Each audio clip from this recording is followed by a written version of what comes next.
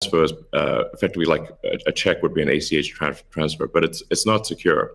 And you've got the credit card systems, which are also not secure. It would be like handing your username and password to a stranger in a restaurant if you buy a meal. So there's definitely an opportunity for something that is better from an information theory standpoint. So and there you can think of it like data on a network. I think is the way to view it. What has the most throughput? What has the least error? What drops the fewest packets? Fraud, for example, being a source of error. And government interference in currencies being a source of error. But it's fundamentally an information system. So I think it makes sense to support something that improves the quality of information with which we conduct the economy. And Bitcoin is a candidate for that. It does, I think, some things well, and it's obviously it's evolving, and there are additional things like Lightning being done on top of Bitcoin. But Bitcoin per se is mostly solving for scarcity, or rather solving for essentially having no throat to choke, decentralized. So there's no one who can be coerced in any way to empty their Bitcoin account. Well, I guess they could technically, but on an individual basis, but the system as a whole cannot. And it has an open ledger, which is also quite good. But transaction volume is low. Transaction cost is high, and usability for the average person is not yet very good. But it has a lot of potential. And I should say that, like, I'm not, and I apologize for taking a long time, but there certainly is a lot to say. In general, I'm a supporter of Bitcoin and the idea of cryptocurrency in general. But as I've said publicly, we do need to watch out for crypto taking, especially Bitcoin, using proof of work to maybe use energy that's maybe a bit too much and not necessarily good for the environment.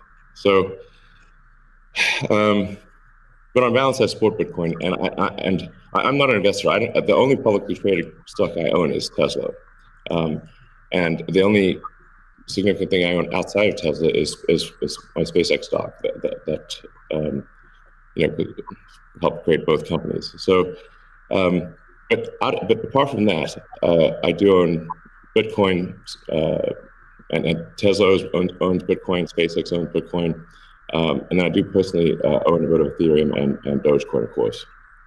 So. Okay, great, thank you. And we'll get into some of those issues in more depth as well.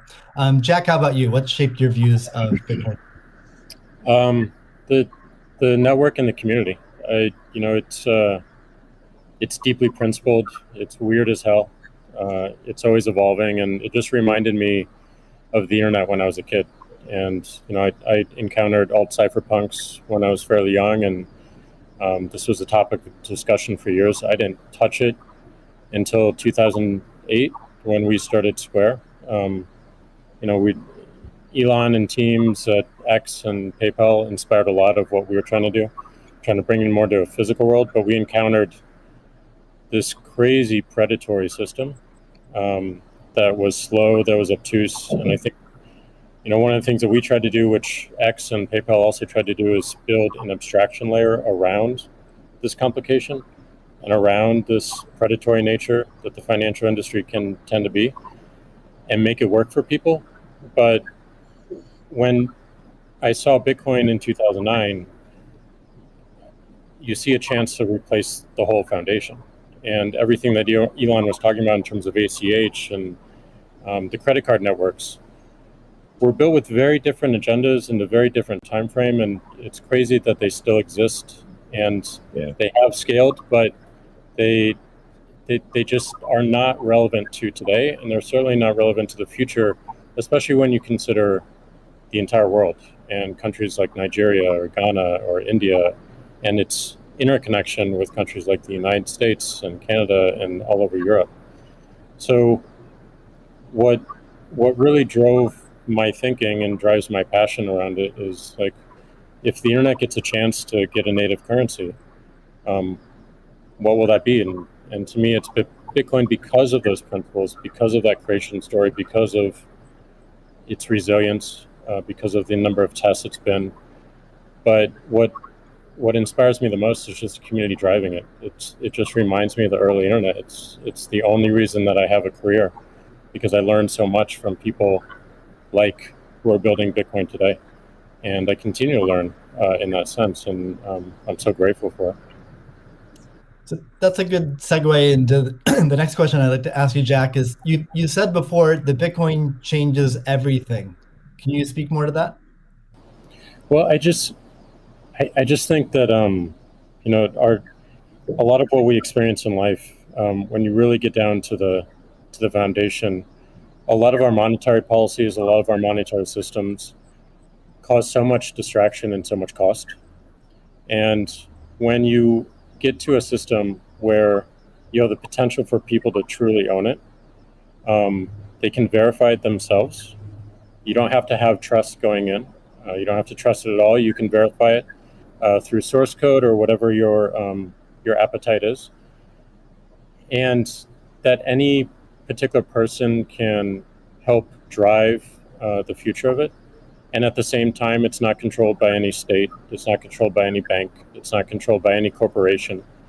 And these three parties of people who participate in the network, people who mine, and also the developers, constantly debating the correct roadmap and the way forward, is a beautiful thing. And I don't know of many other consensus-based models that have existed at that scale for this long with this amount of success. And we're still fairly early. So when, I met a woman in Ethiopia 2 years ago, and she was trying to create the lift for Ethiopia.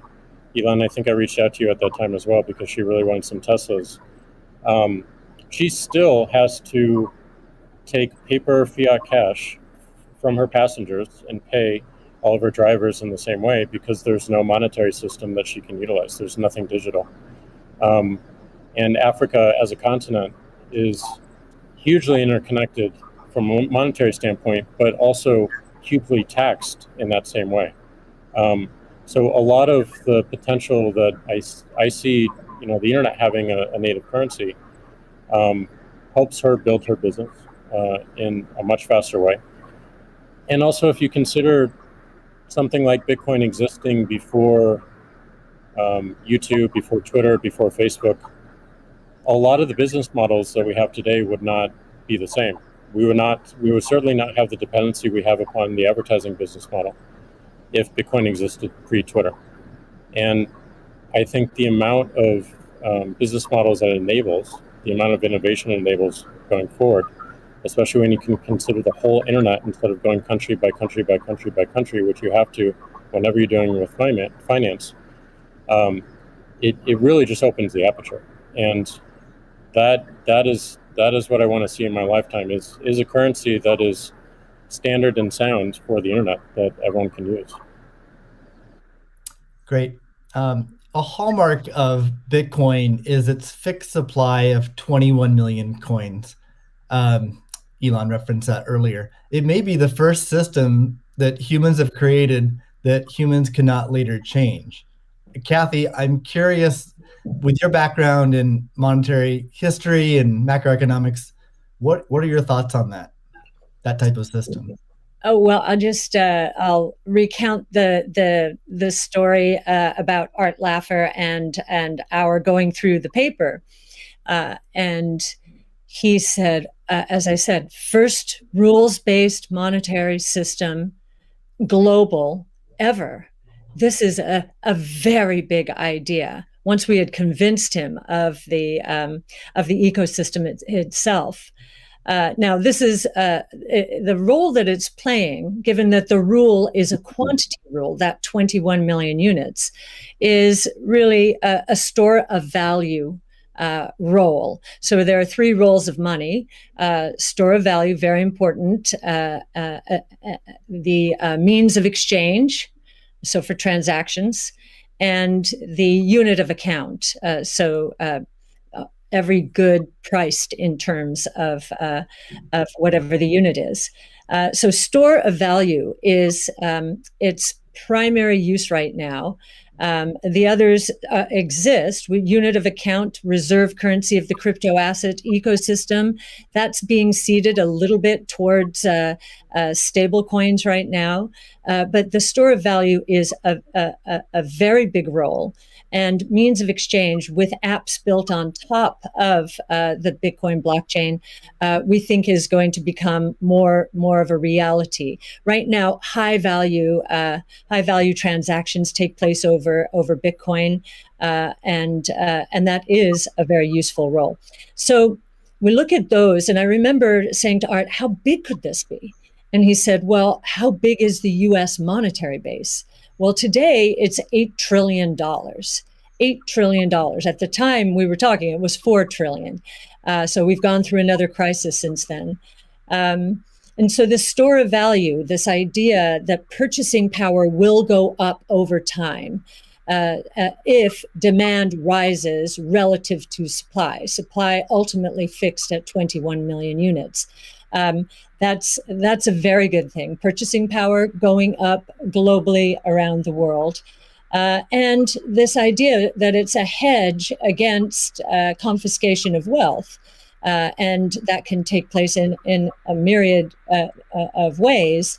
But inflation, and especially hyperinflation in emerging markets, is the primary way. Talk about destroying purchasing power.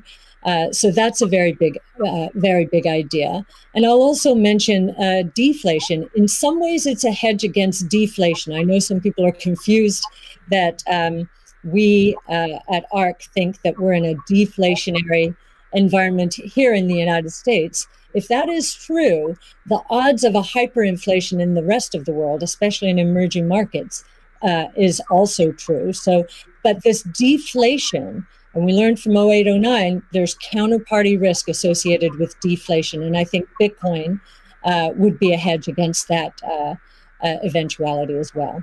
So it's a very big idea. Right. I suspect among us, there's not a lot of debate about Bitcoin's potential as a store of value. But Jack, you referenced earlier it being or becoming the native currency of the internet. Can you speak more to that, and also how it relates to maybe how institutions think about it?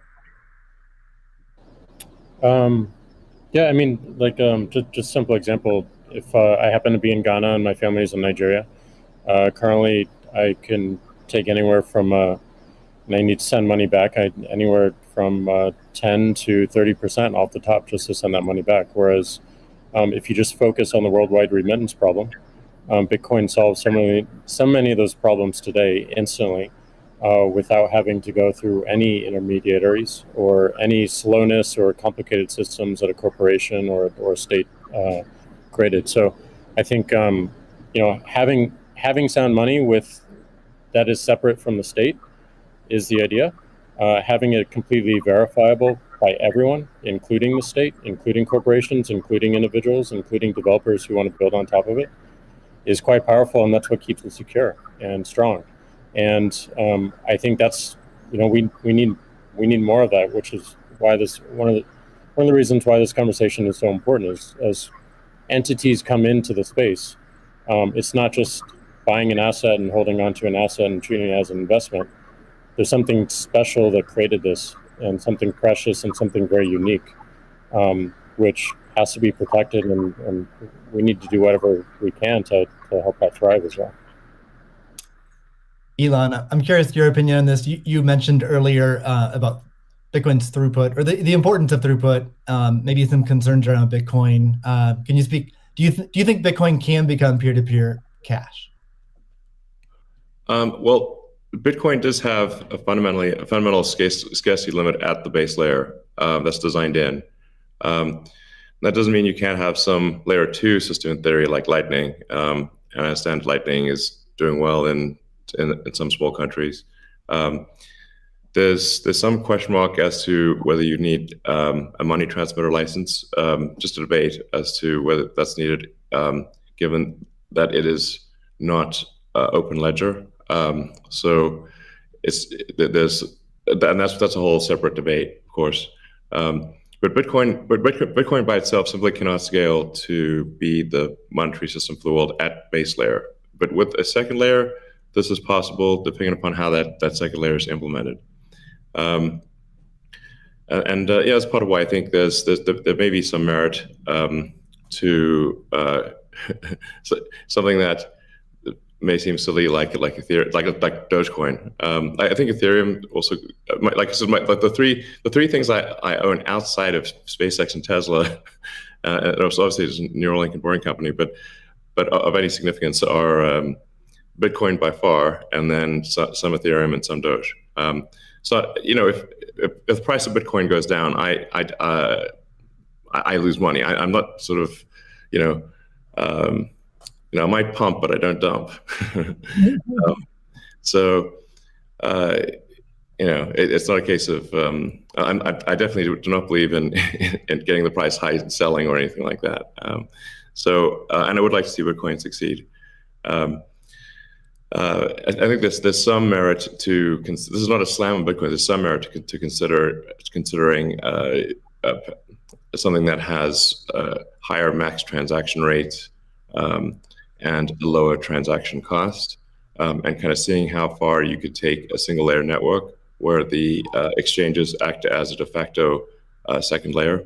I think you can probably take that further than people realize. And as bandwidth increases over time, latency decreases. SpaceX's Starlink is actually playing a role in this.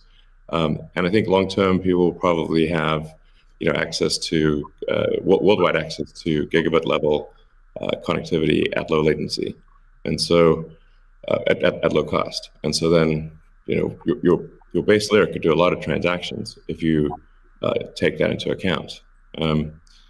So yeah, but like I said, Bitcoin with a layer 2 system certainly could scale to do a vast number of transactions.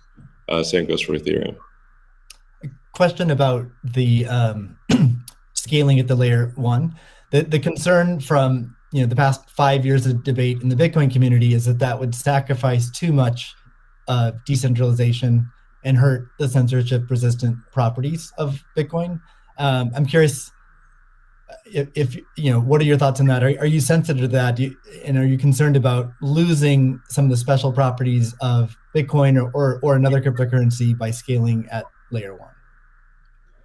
Yeah, I mean, these things are helpful to use the physics tools of thinking and say, scale up, scale down, and see if it still makes sense.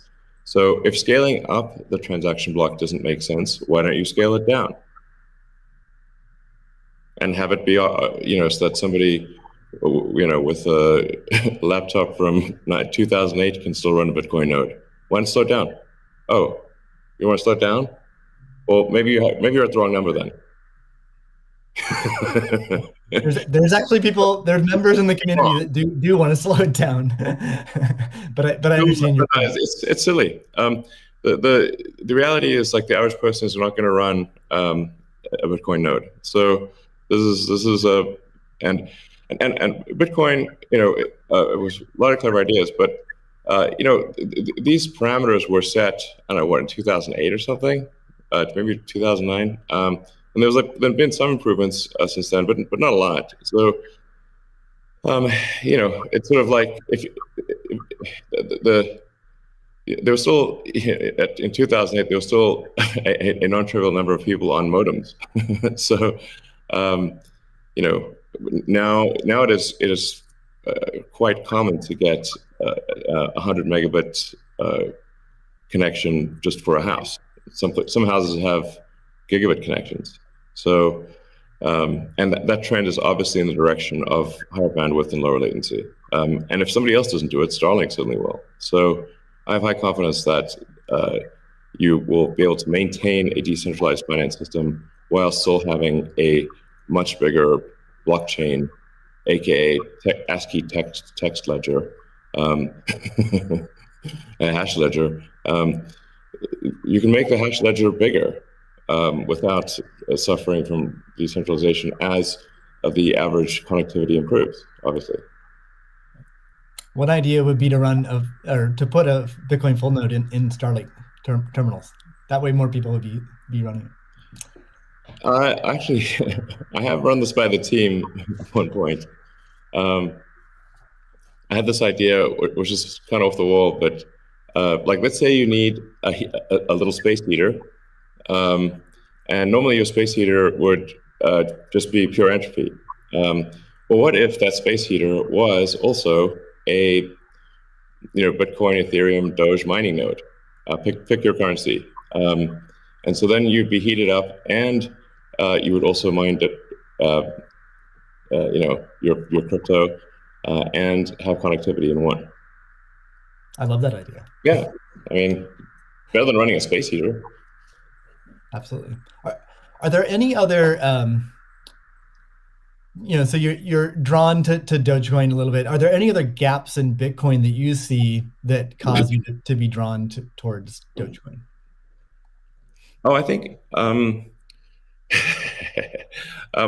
mean, I think there's Doge has the Doge community, I think, is somewhat irreverent, obviously, and has great memes and loves dogs, and I love dogs and memes, and it doesn't take itself too seriously, and I think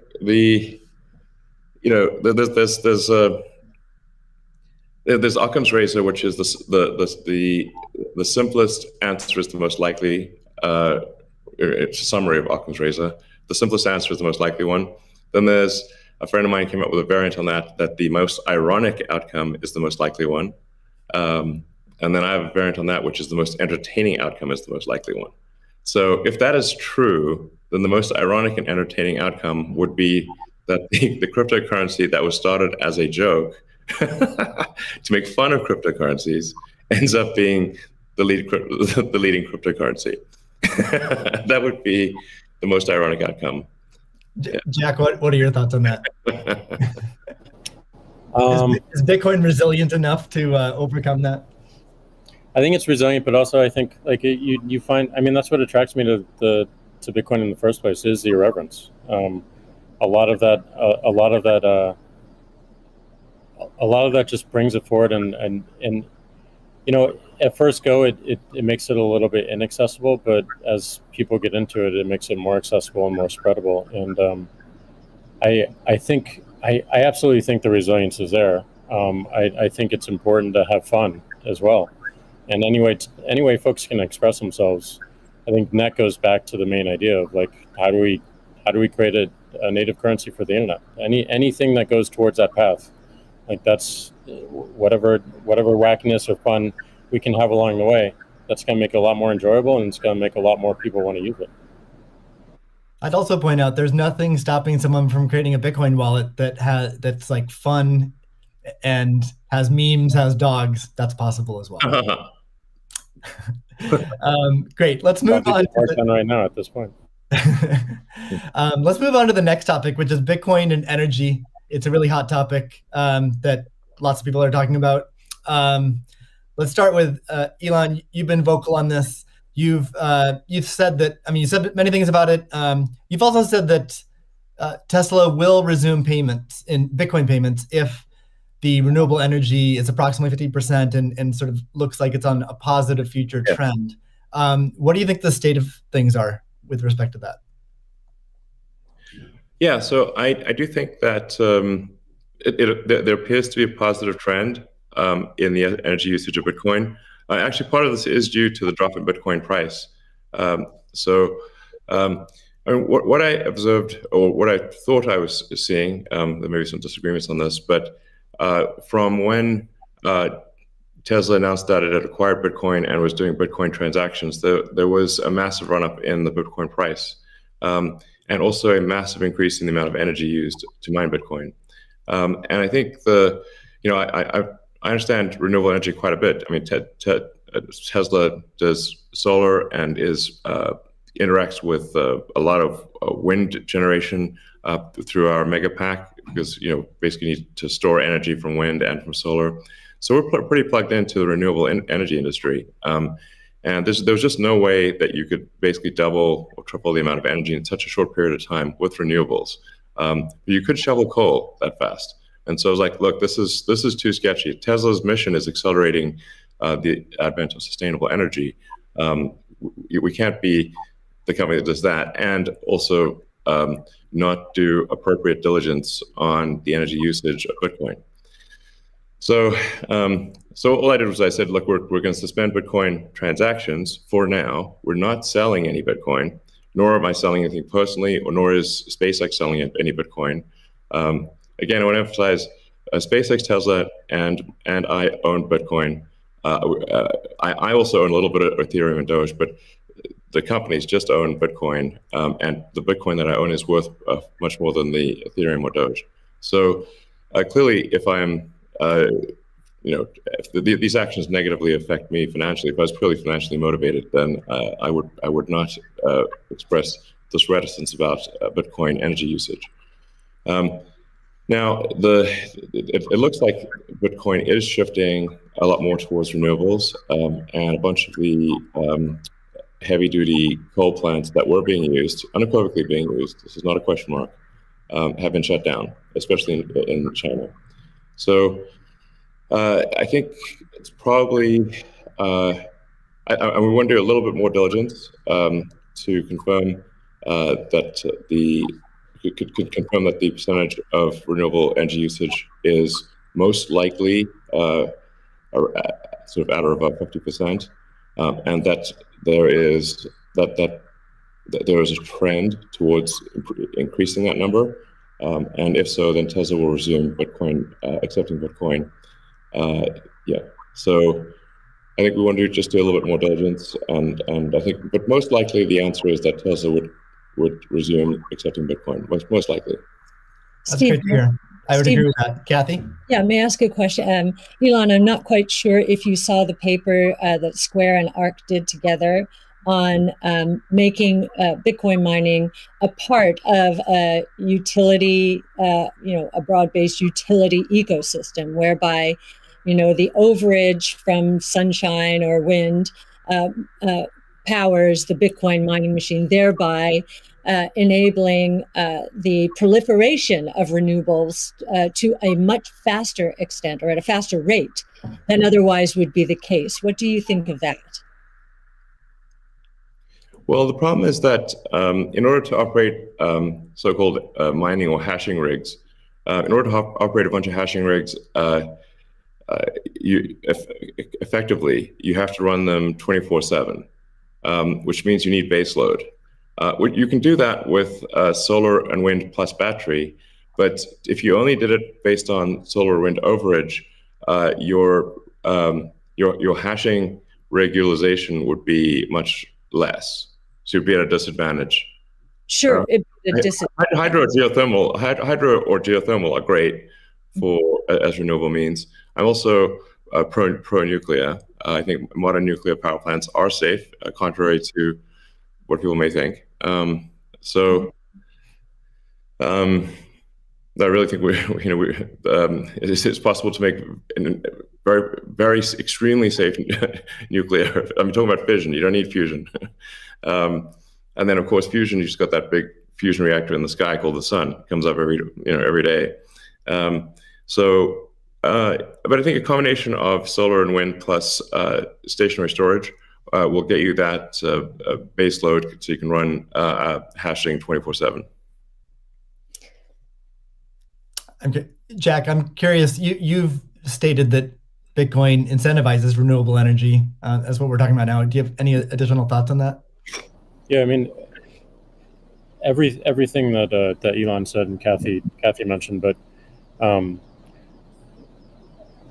it's also incentivizing a lot of innovation in just energy space, and just like looking at unused energy. There's a company called Great American Mining that caps the methane flares on oil fields to power their rigs. And you just imagine, and you mentioned nuclear, Elon, as well, and just imagine all the unused energy that is just being wasted every single day. And being able to get that energy and converting it into a secure, sound money system for the planet feels like a worthy trade-off. And that's the sort of incentive that I think is most powerful, is like how do we reuse what is being currently just dumped on the ground and wasted and not considered, and how do we do that at scale? And I think that's a bigger conversation that I think is missing. But I agree with everything that Elon has said, and also the paper we put forth. I'm curious if any of you have thoughts on how what the industry can do to accelerate the transition to renewable energy. And like Elon specifically, could Tesla Energy or Starlink play a role? Well, I think Tesla can play a role. Tesla's literal reason for existence. The reason I've put so much of my life energy into Tesla, which is a lot. In fact, I would say that I've had some pretty tough life experiences, and Tesla is responsible for probably 2/3 of all personal and professional pain combined. Just to give you a sense of perspective there. So this is a hella hard situation. But we do solar, commercial solar, solar retrofit, as well as the solar roof. And we make consumer battery packs called Powerwall for houses and small businesses. And then the utility scale, which are gigantic. We've done now a number of gigawatt hour installations. That's a lot. That's a lot. And a lot of them actually have been for load leveling the grid. Mostly they are. And combined with the first really big one we did, which is 100 megawatt installation in Australia. That's actually helped stabilize a huge portion of the South Australian grid because it's able to react so fast. In fact, at first, because they've got a billing system in Australia that I think works at the sort of millisecond level, and we were operating at the microsecond level. So the system was operating so fast that the measuring system couldn't see it. But so Tesla's certainly doing a lot to enable renewables, especially wind and solar. And in fact, the limiting factor for us right now is cell production. So we need to both internally get the Tesla internal battery cells produced, as well as increase supply from suppliers. Generally, when I talk to our suppliers and they say, how many cells would you like us? How many cells can you make? Because sometimes they're concerned, is Tesla going to compete with them on cells? I'm like, no. If you want to make the cells, be our guest. It's just that we need a crazy number of batteries, and they need to be done. It also needs to be mined and produced and manufactured in an ethical and environmentally sound way. So, Tesla, we really do aspire to be the good guys, to be a company that people can believe in. That doesn't mean we don't make mistakes, but that's what we try. So, but I think generally hydro, especially existing hydro, is good for mining. Geothermal, there's lots of places in the world that have geothermal energy. Like I said, nuclear is also good. I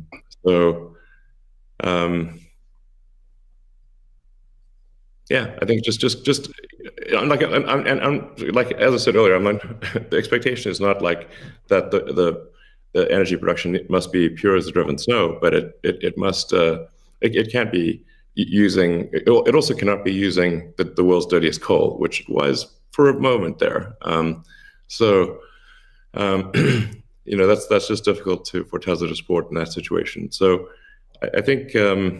But I do think long-term renewable energy will actually be the cheapest form of energy. It just doesn't happen overnight. But as long as there is a conscious and determined and real effort by the mining community to move towards renewables, then obviously Tesla can support that. That's great. Kathy, we've been talking a lot about energy, but many institutions are facing questions around Bitcoin's relationship with ESG. Can you maybe speak a little bit more to what is S and G in ESG and how Bitcoin might support those? Sure. So E, of course, is environmental, S is social, and G is governance. And there is a massive movement afoot in the institutional world, especially, to embrace ESG and make sure that their asset managers are doing the same. So if you we've just talked about environmental, and I really do believe that Bitcoin will be much more environmentally friendly, certainly than traditional gold mining or the traditional financial services sector. In many ways, it already is, and it's just going to get better that way. In terms of social, I know that many institutions, when they are thinking of social, they think of diversity and equity, pay equity, and all of that. But if from our point of view, the disruptive innovation point of view, social is much more than that. It is saving lives, of course, autonomous technology, that would be another topic for Elon. But in this case, allowing access to payment technology, as Jack is saying, everywhere around the world without friction. And just back to the remittance example, I think if I've got these stats correctly, there are certain countries in the world that are incredibly dependent on remittances for GDP. Tonga, 37%, El Salvador, which just deemed Bitcoin legal currencies, 24%, Nepal, 24%. And I think the remittance industry globally, roughly 700 billion. So saving people these egregious fees, think about it, you're paying anywhere from 8% to, as Jack said, 30% of your $100 that you're sending back to your family.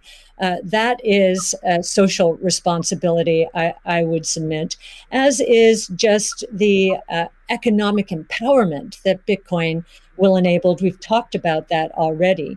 And I know that Alex Gladstein is going to be talking later about, the 4.3 billion people in the world who are hostage to authoritarian regimes, or the 1.3 billion who are living in double-digit and triple-digit inflation, if not more.